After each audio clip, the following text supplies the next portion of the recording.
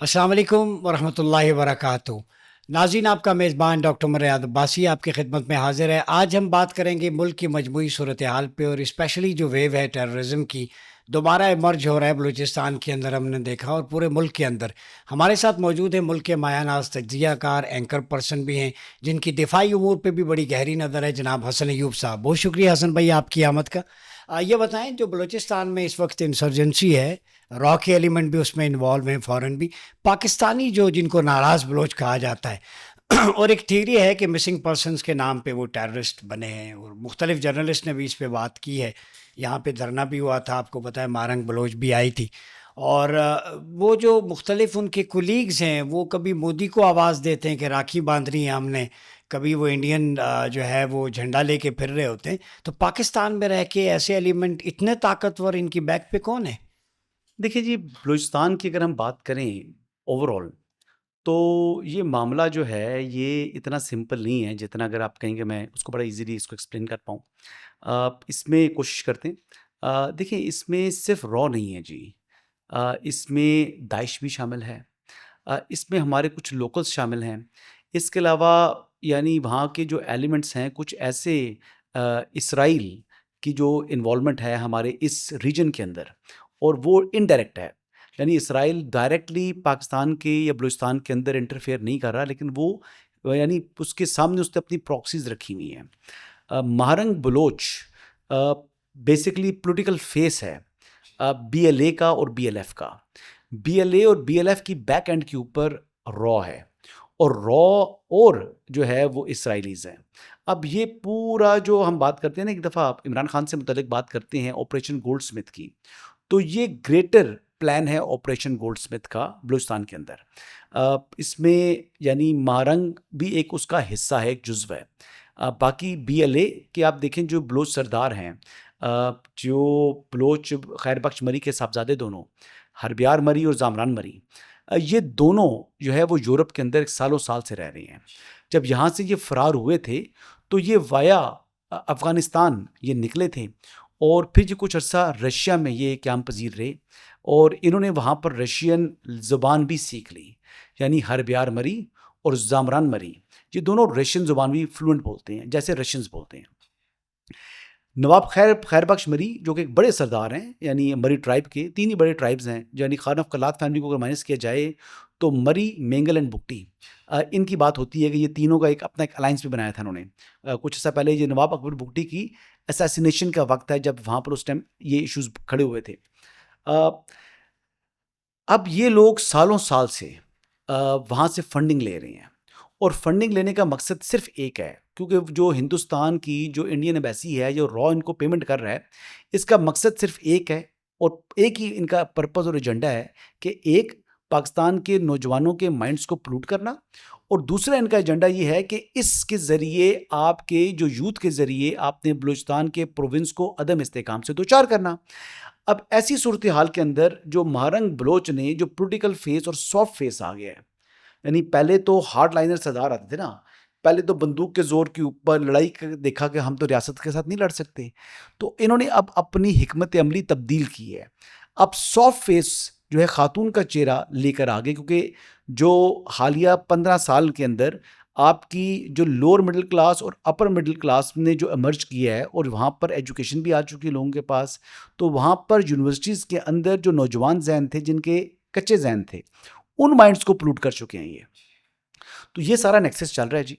लेकिन जो वाक़यात हुए, इसके ऊपर जिस तरह की मज़म्मत की है महारंग बलोच ने, इससे बेहतर था कि वो मज़म्मत ना करती। ना करती। ये मज़म्मत नहीं है, अच्छा, एक और ये नमक चीज़। पाशी है, ये ज़ख्मों के ऊपर नमक पाशी है, जिस किस्म बलोचि की फ़ज़ूल बातें वो कर रही जी, है। बलूचिस्तान की आपने बात की, साथ ही चूँकि टेररिज़्म पे हमने 80,000 से ज़्यादा कुर्बानियाँ दी हैं इस जंग में, और मेरे ख़्याल में सबसे ज़्यादा जंगें पाकिस्तान पे मुसल्लत की गई हैं। प्रॉक्सीज़ हों, चाहे कन्वेंशनल वॉरफेयर टेररिज़्म की तो वो बहुत बड़ी वॉर थी। अब फ़ित्ना ख़वारिज है, जिसके बारे में आर्मी चीफ़ ने भी कहा, कुरानिक वर्सेस एक आपका आर्मी चीफ़ कोट करता है, कुरान फ़हमी भी रखता है, सोल्जर्स को मोटिवेट करने, और फ़ितने का जो कुरानिक डॉक्ट्राइन है, जो बड़े-बड़े स्कॉलर्स नहीं उसको एक्सप्लेन कर सके, वो फ्रंट लाइन पे जाके देते हैं, तो उसका क्या इम्पैक्ट पड़ेगा? आप क्या समझते हैं? सिर्फ फ़ौज ही अकेले ये जंग जीत पाएगी, या एक नेशनल कॉन्सेंसस, कौमी बयानिया बनना चाहिए? देखिए, बयानिया तो बनना चाहिए कि देखिए हमारे जो सिपाही हैं या हमारी जो फ़ौज है, हमारी जो आर्मी है, वो तो बॉर्डर के ऊपर लड़ रही है या कोई ऐसी जगह जहाँ पर जो कॉन्फ्लिक्ट आ चुका है, ज़ोन्स आ चुके हैं, वहाँ पर तो उन्होंने जंग लड़ते आ रहे हैं और लड़ते रहेंगे। अब इसमें आप देखें कि इसमें सोसाइटी ने भी अपना रोल प्ले करना है। अगर आप ये सिर्फ़ समझते हैं कि जिस तरीके से अफ़वाज जो हैं वो अपना ऑपरेशन जारी रखे हुए हैं, तो जो हुकूमत के करने के इक़दामात हैं वो भी करने ज़रूरत है। यानी जो मदारिस की रजिस्ट्रेशन थी, जो नेशनल एक्शन प्लान बना था, उसके तहत जो काम आपने करना था, वो काम आपने पूरे नहीं किए, जिसका नुकसान हो रहा है। तो अभी दोबारा जो है अज़्म इस्तेहकाम जो है, वो बेसिकली क्या है? अज़्म इस्तेहकाम पाकिस्तान जो है, वो बेसिकली यही चीज़ है कि जो नेशनल एक्शन प्लान्स के जो पॉइंट जिनके ऊपर अमल दरामद नहीं हो सका था, उस पर अमल दरामद करना है, तो सोसाइटी को एज़ अ होल देखिए, आपने हाथ की एक मुट्ठी बनना है। यानी जब हम एक-एक उँगली अलग-अलग होंगे तो फिर नहीं है। फ़ौज तो कुर्बानियाँ देती आ रही है, कुर्बानियाँ देती रहेगी और जो मिलिटेंट साइड है उसको वो काउंटर कर सकती है। लेकिन जो ब्रेन वॉशिंग हो रही है, ये काम फ़ौज का नहीं है। हालांकि पैगाम पाकिस्तान का फतवा मौजूद है, 1200 स्कॉलर्स के जी, साइन है, जी, जी। नेक्टा आपके पास जी। मौजूद है, तो इनको एक्टिवेट करना पड़ेगा। हमारे उलमा इकराम की ज़िम्मेदारी बनती है कि अपने मदारिस के अंदर, अपने जो मिंबर के ऊपर हमारे जो है वो बैठे हुए हैं मौलवी हज़रात बैठे हुए हैं जो प्रेयर्स के लीडर हैं, जो नमाज को इमाम मस्जिद हैं, उनका फ़र्ज़ बनता है कि जुमा नमाज जुमा के खुतबात के अंदर या वैसे जो दरस व तदरीस का उनका अमल है, उसमें अपने नौजवानों को ये बताया जाए। इस तरह जितनी जामियात हैं, इन जामियात के अंदर भी हमारे रेगुलर जो है वो लेक्चर्स होने चाहिए। इस तरह स्कूल्स के अंदर भी यानी एक चैप्टर इस किस्म का शामिल करना चाहिए जो आपका सिलेबस है कि ये फितना ख़वारिज है क्या? इनकी कम से कम इनको इंट्रोडक्शन तो हो ना। अब अनफॉर्चुनेटली हुआ ये कि जनरल फैज़ हमीद ने जब वो डीजीआईएसआई थे, तो उन्होंने ऐसी प्रेज़ेंटेशन दे दिलाकर उन्होंने किया कि जो लोग ऑलरेडी जेलों में कैद थे, उनको प्रेसिडेंशियल पार्डन दिलवा दिया। अब वो प्रेसिडेंशियल पार्डन जो 5,000 लोगों को दिलवा दिया उन्होंने, तो उसका नुकसान ये है कि आज वही लोग रीअसेंबल होकर उन्होंने हमारे यहाँ जो है वो कार्रवाइयों का आगाज़ किया, होना फिर भी कुछ नहीं है। अच्छा, फैज़ अमीर का ज़िक्र किया जनरल साहब का आपने। ये भी कहा जाता है कि इमरान खान ने रिकॉन्सिलिएशन की, तालिबान के साथ बात की, फितने जी, ख़वारिज, वही है ना और जी। 40,000 लोग वापस आए, और अलवी साहब ने उस पे मेरे ख़्याल में 5,000 साइन। नहीं, जो जेलों में थे उनको छोड़ा, हाँ, को प्रेसिडेंशियल पार्डन दी कुछ और फैमिलीज़ भी वहाँ से वापस जो आई। है वो तकरीबन ये 40,000 तो विद पूरा का नंबर है ना। लेकिन ये जो हार्डकोर मिलिटेंट था, ये 5 से 10,000 का है। लेकिन अगर मैं एग्ज़ैक्ट नंबर इसमें मेरी गलती हो सकती है, लेकिन मतलब अगर आपके फिगर को हाफ़ कर लें, 20,000 को भी अगर वो हार्डकोर मिलिटेंट को उन्होंने अलाउ कर दिया पाकिस्तान के अंदर आना, तो बेसिकली आपने उन दहशतगर्दों को लाकर यहाँ पर बैठा दिया। आप कह रहे थे दे वर एक्सपेक्टिंग कि शायद वो डिसॉल्व कर जाएंगे सोसाइटी के अंदर, और ये वही लोग हैं जो इमरान खान के जो 72 या 52 जलसे हुए थे वो एक साल के अंदर जो वो कर रहे थे, मुसलसल जलसे हर कुछ उससे बात करते थे, तो इन्हीं लोगों को ट्रांसपोर्ट करके लेके जाते थे। जमान पार के बाद भी ये लोग ड्यूटीज देते रहे हैं। तो ये तो अपना पॉलिटिकल पार्टी ने अपना मिलिटेंट विंग एक किस्म का बना दिया था फैज हमीद ने। तो ये फैज हमीद की पोस्ट रिटायरमेंट बात कर रहा हूं मैं उस वक्त की बात नहीं कर रहा जब वो कोर कमांडर पेशावर थे। नो, उसके बाद की मैं पोस्ट रिटायरमेंट की उनकी जो एक्टिविटीज हैं उसके अंदर उन्होंने इस तरीके से सेफ गार्ड करने की कोशिश की। अब 9 मई के जो वाकयात हुए हैं, आपका क्या ख्याल है कि ये बगैर कोई मिलिटेंट्स के हुए? ये लोग भी शामिल थे उनमें, ये भी मिलिटेंट्स भी उसमें शामिल थे, और ये पाकिस्तान के खिलाफ और आर्मी चीफ के खिलाफ और पाक फौज के खिलाफ साजिश थी। अफगान और वो तालिबान और फितने खवारिज के मिलिटेंट्स जी बिल्कुल। पॉलिटिकल पार्टी के साथ मिलके कर रहे थे। अच्छा, आर्मी चीफ ने जो डिजिटल वॉरफेयर की बात की, दहशतगर्दी का जो डिजिटली फितना है, उसमें आपने देखा कि फौज के खिलाफ मीम्स बनाई जा रही हैं, आर्मी को, इन लोगों को मैंने, तो इस सूरत में गेट नंबर 4 और 804 नंबर कैबन के दरमियान आप समझते हैं फासले सिमटे हैं या और बड़े हैं? अच्छा, एक तो वो उनका 804 नंबर कैदी प्रेजेंट नंबर है नहीं आपकी व्यूअर्स के लिए कि ठीक, उनका ये करेक्ट है। उनका जो मेन नंबर है वो है 495। He is a prisoner. कैदी नंबर 495 है। 95 है और शाह महमूद कुरैशी साहब 496 है। लेकिन अच्छा। जब वो पिंडी में थे, अडाला में थे, आई डोंट नो आजकल वो लाहौर में 420 नहीं है। नहीं, 420 के बड़े करीब आ गए ना जी। अच्छा, 420 से करीब है। हाँ, 420 के करीब। 400 का हिंसे में आते हैं, 495 420 बड़े करीब हैं। 804 तो फिर 300-400 का फर्क आ जाता है। क्या ये 302 तक भी आ सकते हैं? नहीं, 302 तक तो नहीं आएंगे, लेकिन इसमें अगर आप वो बात करना चाह रहे हैं तो जो जनरल फैज हमीद की गिरफ्तारी है, अगर उस पर आप बात करना चाहें तो इनका जो देखिए फैज हमीद साहब ने पोस्ट रिटायरमेंट जो आर्मी एक्ट की खिलाफ वर्जियां की, जो आईएसपीआर की प्रेस रिलीज है, वो बड़ी यानी ब्रीफ सी है, यानी उसमें एक लाइन है लेकिन वो बड़ी कंप्लीट है कि उसमें वो बहुत सी चीज़ों को जो है ना वो सिमट लेती है। आर्मी एक्ट की जो खिलाफवर्जियाँ की हैं जनरल फैज़ हमीद ने, और ओब्वियसली उनका और इमरान खान का जो ऑफेंस है वो सेम है। तो इमरान खान, एक तो मिलिट्री कोर्ट्स में उनका केस आएगा विद जनरल फैज़ हमीद। एक बात तो बड़ी क्लैरिटी इस हवाले से। और मिलिट्री कोर्ट में जब ये मामला आएगा तो आर्मी एक्ट का सेक्शन 31 उसके तहत ये लोग प्रोसिक्यूट होंगे। तो सेक्शन 31 जो है वो आप पढ़ लें। वो क्या कहता है? It's mutiny.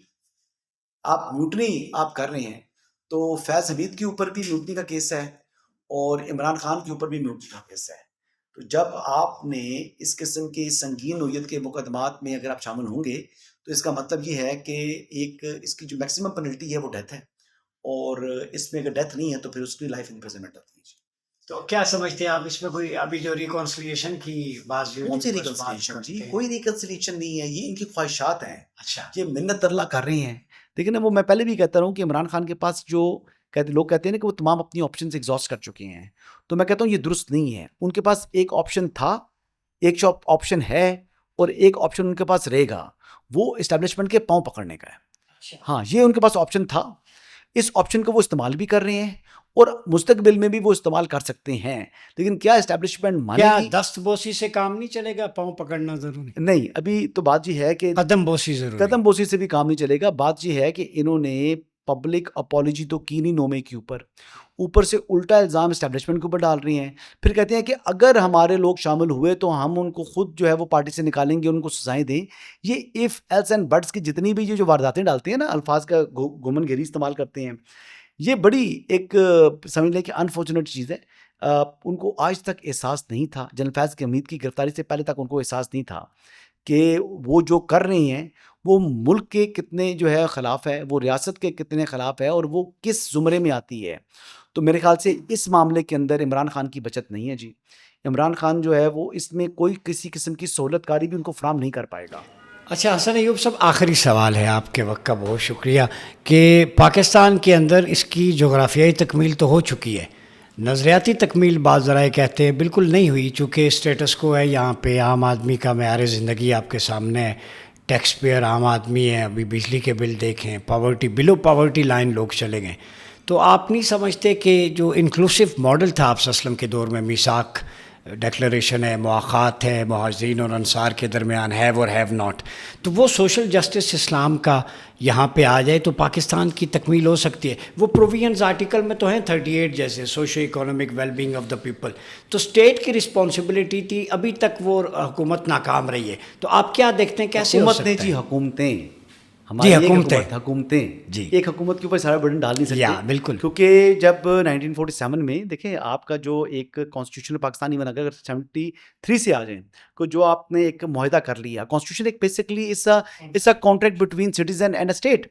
तो इसमें आप इस्लामिक सोशल वेलफेयर स्टेट हैं जो आप बन नहीं सके। इसमें यानी कुछ कसूर जो है वो ज़्यादा हमारे हुक्मरानों का है और किसी हद तक कसूर हमारा भी है एज इंडिविजुअल, क्योंकि जो मेरे पास इस वक्त अगर सपोजिटली अल्लाह के करम में मैं हूँ, तो मैंने तमाम मुल्कों में लोग अपने रियासत को, अपने मुल्क को टैक्स पे करते हैं, हम उस एतबार से टैक्स पे नहीं करते। हमारे चाहे वो ट्रेडर्स हैं, चाहे इंडस्ट्रियलिस्ट हैं, चाहे कोई रियल एस्टेट टाइकून्स हैं, चाहे कोई बड़े बिजनेसमैन हैं, कोई बड़े डॉक्टर्स हैं। यानी मैं आपको ये बता दूं कि जो गायनाकोलॉजिस्ट कई बड़ी डॉक्टर्स हैं, कई बड़े जो कार्डिक जो है वो डॉक्टर्स हैं जो ऑपरेशन वगैरह करते हैं, कई जो ऑर्थोपेडिक के डॉक्टर्स हैं, they are making money more than, आप किसी कहते हैं कि इंडस्ट्री की तरह वो काम कर रहे हैं। उनकी जो मंथली इनकम है वो करोड़ों रुपए में है, लेकिन वो टैक्स पे नहीं करते। तो मैं अगर सपोज अपनी बात करूं तो मैं भी, अल्लाह का शुक्र है, मेरी जितनी भी सैलरी है मुझे उस एतबार से सैलरी से टैक्स करता है ना, उसके अलावा मुझे पे करना चाहिए, आपको पे करना चाहिए। तो इसी तरीके से हम अपनी जो बाकी स्टेट के पास अगर इतना पैसा आ जाएगा, अगर हम खुद पैसे देना शुरू कर देंगे, तो फिर स्टेट आगे ना तकसीम करे जो कि नीडीज़ हैं या लोगों की वेलफेयर ना कर सके, तो फिर तो हम उनके ऊपर सवाल उठा सकते हैं। लेकिन स्टेट की अपनी कंडीशंस ऐसी है कि टैक्स कलेक्शन वो कर नहीं पाती। एक्सटर्नल और इंटरनल डेट्स इतने बढ़ चुकी हैं कि जो उनकी इनकम और एक्सपेंडिचर्स हैं उसका जो बेसिकली मिसमैच इतना हो चुका है कि वो उनके काबू से बाहर हो चुका है। तीसरा, जो 18वीं आईनी तरमीम के बाद जो provinces 60% of share of revenue ले जाते हैं, उसके बाद जो वफाक है वो तो 40% रेवेन्यू के साथ रह जाता है, 40% ऑफ जो है वो सारी अमाउंट के साथ रह जाता है। तो मेरे ख्याल से इस चीज़ को एक दफ़ा दोबारा रीस्ट्रक्चरिंग की ज़रूरत है। अगर वक्त आए तो पाकिस्तान को अपने कर्ज़ों को भी रीस्ट्रक्चर करवाना चाहिए, ताकि जो आपकी आमदन से ज़्यादा आपने अगर आपने जो इंटरेस्ट पे करना है, सूद की अदायगी करनी है, तो इसलिए जो फाइनेंशियल मॉडल है पाकिस्तान का वो चलने वाला है नहीं। तो क्या Until- parliamentary form of government इतना प्रैक्टिस हो हाँ, गया, फेल हो गया, हम क्यों नहीं यूनिटी ऑफ कमांड की तरफ जाते? इस्लाम में भी वही है, जो अस्करी उमूर का वाहिर है वही एडमिनिस्ट्रेटर है, वही हेड ऑफ स्टेट है। तो ये तो नहीं लाउड एंड नहीं क्लियर। नहीं, ये तो आपका देखिए सिस्टम है ना, इस तरीके से तो हम उसको ओवरटर्न नहीं कर सकते। उसके लिए तो फिर भी आवाम की राय चाहिए। नहीं, कॉन्सेंसस ये के ये साथ कंसेंसस भी नहीं हो सकते ना। इसके लिए जब आपने अगर चेंज करना है तो फिर आपने जो आइन साज असम्बली लेकर आनी है, आइन साज असम्बली लेकर आनी है जो आइन को तब्दील करे, ठीक है, जो आपका जो फॉर्म ऑफ गवर्नमेंट है उसको चेंज करे। फिर जो सिस्टम है, जैसे हमारे जो बाई कैमरल सिस्टम चल रहा है, उसको तब्दील करना है या कुछ भी करना है, वो तो फिर एक बहुत लंबी डिबेट हो जाएगी। मेरे ख्याल से हम तो डे टू डे फिर से चला पा रहे, तो ये मामला तो बहुत जो कहते हैं ना कि बहुत मुश्किल होंगे मेरा करना। फ्यूचर क्या देखते हैं वन लाइनर पाकिस्तान का?